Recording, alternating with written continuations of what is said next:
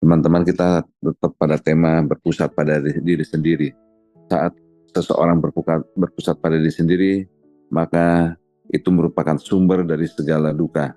Ya, berpusat pada diri sendiri atau disebut dengan self-centeredness adalah fokus pada diri sendiri melebihi dari segala sesuatu sehingga mengabaikan hubungan kita dengan Tuhan maupun dengan sesama. Yang beberapa hari yang lalu ada beberapa teman-teman menggambarkan bahwa self-centeredness atau fokus dari sendiri adalah bisa digambarkan sebagai salah fokus. Artinya di sini dijabarkan sebagai apa yang menjadi fokus kita, hal itulah akan yang menjadi tambah besar. Your life will follow you focus. Jadi jalan hidup kita akan mengikuti fokus kita gitu. Apapun yang kita fokuskan akan selalu berpengaruh dalam hidup kita. Jika fokus kita pada hobi, ya ada orang hobi makan, akan menghabiskan waktunya untuk hobi tersebut. Hobi olahraga, hobi apapun, ya akan menentukan seberapa banyak waktu yang akan kita berikan untuk hal-hal lain sekitar kita. Jika fokus kita pada seseorang, maka orang tersebut juga bisa menjadi obsesi, berfokus pada hal-hal yang kita ingin capai, ekspektasi yang kita dapat. Bahkan orang pada fokus ketakutan pun bisa melumpuhkan hidup kita. Dan kita sudah belajar beberapa hari yang lalu bahwa ada dua pemicu dari self-centeredness atau berfokus pada diri sendiri. Di situ dikatakan yang pertama adalah iblis, ya. Iblis di Yohanes 8 ayat 44 dikatakan iblis adalah bapa segala dusta. Nah, iblis yang sering membuat kita salah fokus. Hal itulah yang membuat orang muncul manifestasinya.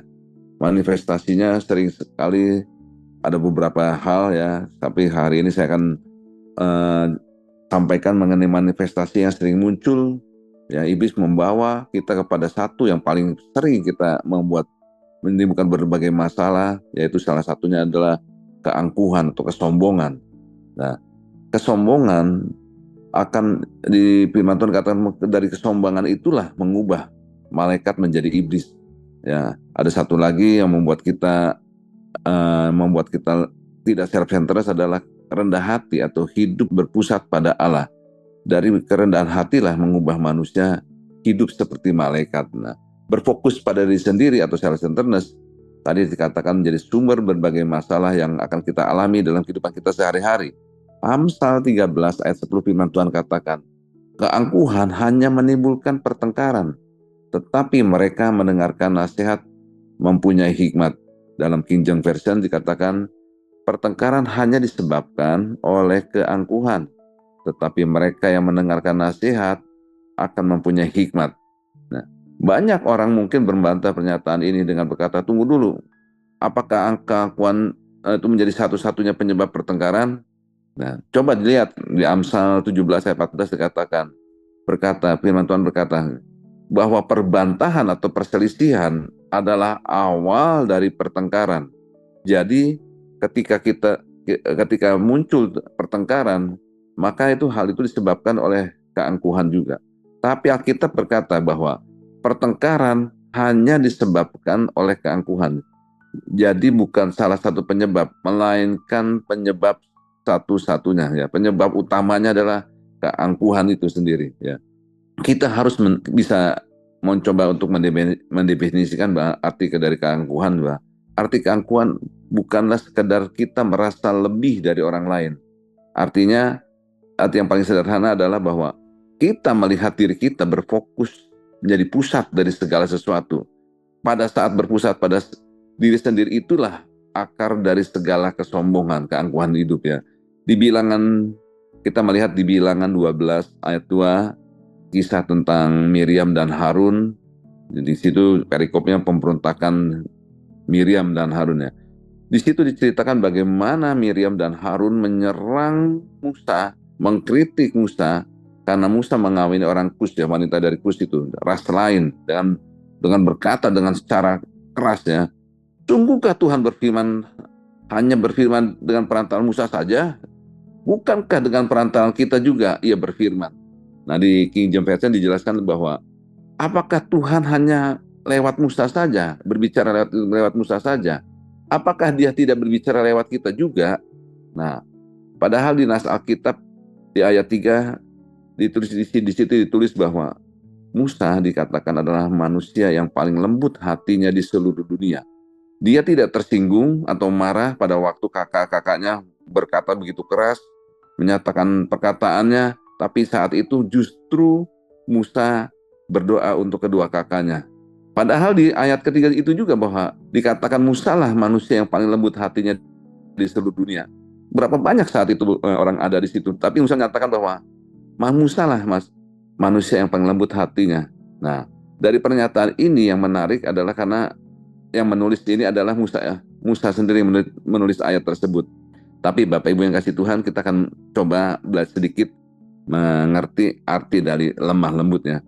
Arti lemah lembut di sini adalah bahwa Musa manusia yang paling lembut hatinya. Kata lemah lembut artinya adalah power under control. Jadi Musa saat itu punya kuasa, punya kemampuan untuk membalas, untuk counter semua pernyataan kakak-kakaknya, tetapi Musa tidak melakukannya dan tidak mempergunakan otoritas tersebut, ya, power under control. Nah, itulah yang Tuhan Musa maksud memberikan contoh bahwa akulah orang yang lembut hatinya. Aku punya kuasa saat itu.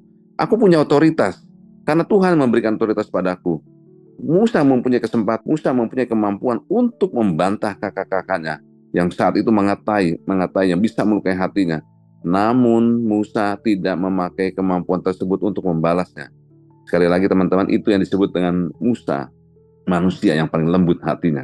Kita pun bisa menyebutkan melakukan menjadi manusia yang lembut hatinya pada saat kita punya kuasa, punya otoritas, punya kemampuan untuk membalas, untuk melakukan hal-hal pada orang menyakiti kita, tapi kita pun tidak melakukannya. Jadi bukan kata-katanya yang lemah lembut yang disebut orang lembut hatinya, namun orang yang tidak memakai kemampuannya, kekuasaannya untuk membalas atau perkataan orang lain yang tidak baik. Yang minggu lalu saya mencoba menyampaikan bahwa bukan di daerah suku tertentu yang lembut ngomongnya itu lembut hatinya, bukan. Tetapi orang yang sekali lagi tidak menggunakan apa yang dia bisa lakukan atau punya kuasa, otoritas, tapi tidak melakukannya. Sehingga apa? Sehingga kita tidak memperoleh pemahaman yang keliru, yang salah. Jadi keangkuhan sekali lagi bukan sekedar kita berpikir kita lebih baik dari orang lain, tapi lebih dari itu menunjukkan bahwa kita sedang berfokus pada diri sendiri. Jadi tidak perlu apakah kita merasa lebih baik, lebih buruk, atau ada orang lain. Yang jelas kita sedang berfokus pada diri sendiri. Dan kita bisa melihat seorang yang pendiam, pemalu sesungguhnya, orang tersebut juga orang yang sombong, orang yang berfokus pada diri sendiri. Orang yang hanya mengasihani diri sendiri, memikirkan diri sendiri. Kita kembali ke Amsal 13 ayat 10 dikatakan bahwa pertengkaran hanya disebabkan oleh keangkuhan. Maka hal ini berkata bahwa apapun yang membuat kita marah karena kita berfokus pada diri sendiri, bukan karena apa yang orang lain lakukan kepada kita. Sehingga pada saat kita berfokus pada diri sendiri, itu akan menentukan bagaimana cara kita bereaksi kepada orang-orang lain yang melakukannya. Kita tidak akan bisa menghentikan orang lain untuk menyinggung atau membuat kita marah. Oleh karena itu kita bisa menggunakan iman. Ya, gunanya iman adalah bukan untuk mengontrol orang lain, tetapi untuk menolong kita agar kita bisa menangani diri kita sendiri dan menangani hal-hal yang akan terjadi di dalam diri kita. Jadi tidak peduli apapun yang orang lain lakukan pada kita, ya, kita bisa melihat bagaimana pada waktu Tuhan Yesus disalib, dia mampu untuk berpaling kepada orang-orang yang menyalibkan dia dan berkata, "Bapa, ampunilah mereka, karena mereka tidak tahu apa yang mereka lakukan, apa yang mereka perbuat." Jadi Tuhan Yesus tidak berusaha mengontrol orang lain, tetapi dia bisa mengontrol dirinya sendiri. Dia menjadikan Bapa menjadi pusat kehidupannya Tuhan Yesus saat itu. Jadi sekali lagi pada saat kita berfokus pada sendirilah yang membuat kita jadi tersinggung, jadi marah. Tuhan Yesus tidak datang ke dunia untuk dirinya sendiri, tetapi dia begitu mengasihi dunia ini, sehingga dia datang untuk kita. Justru dia datang kepada kita ketika kita masih berdosa, selalu berbuat jahat ya.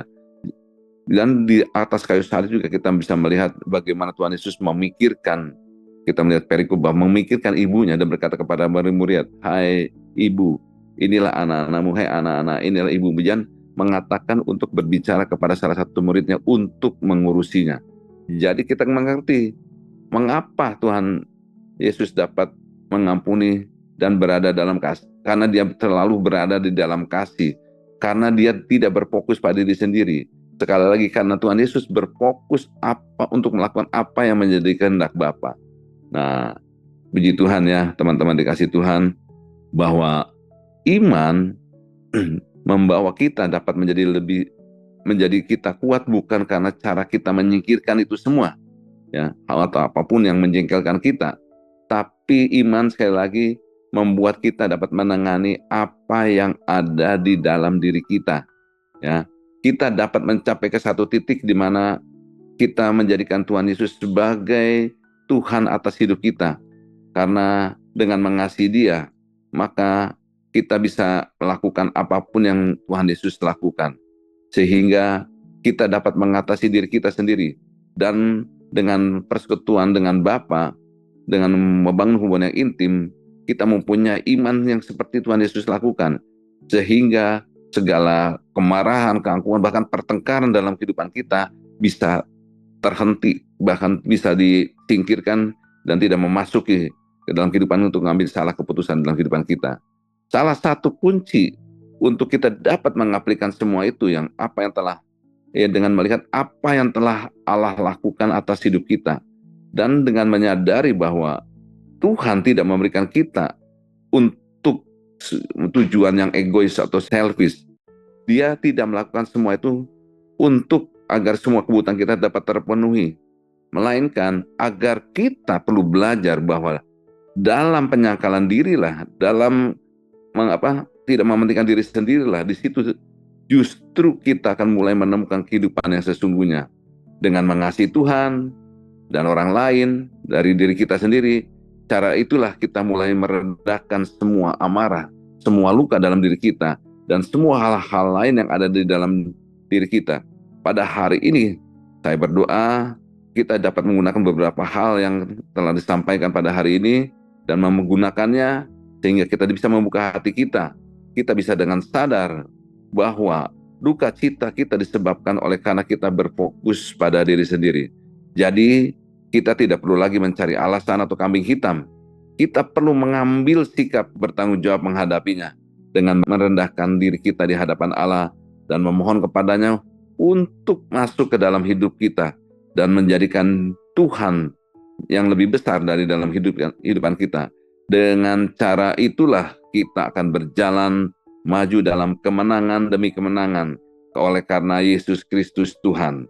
Teman-teman yang dikasih Tuhan, demikian penyampaian 15 menit yang saya sampaikan pada pagi hari ini. Kita akan sambung untuk hari-hari berikutnya. Tuhan Yesus memberkati.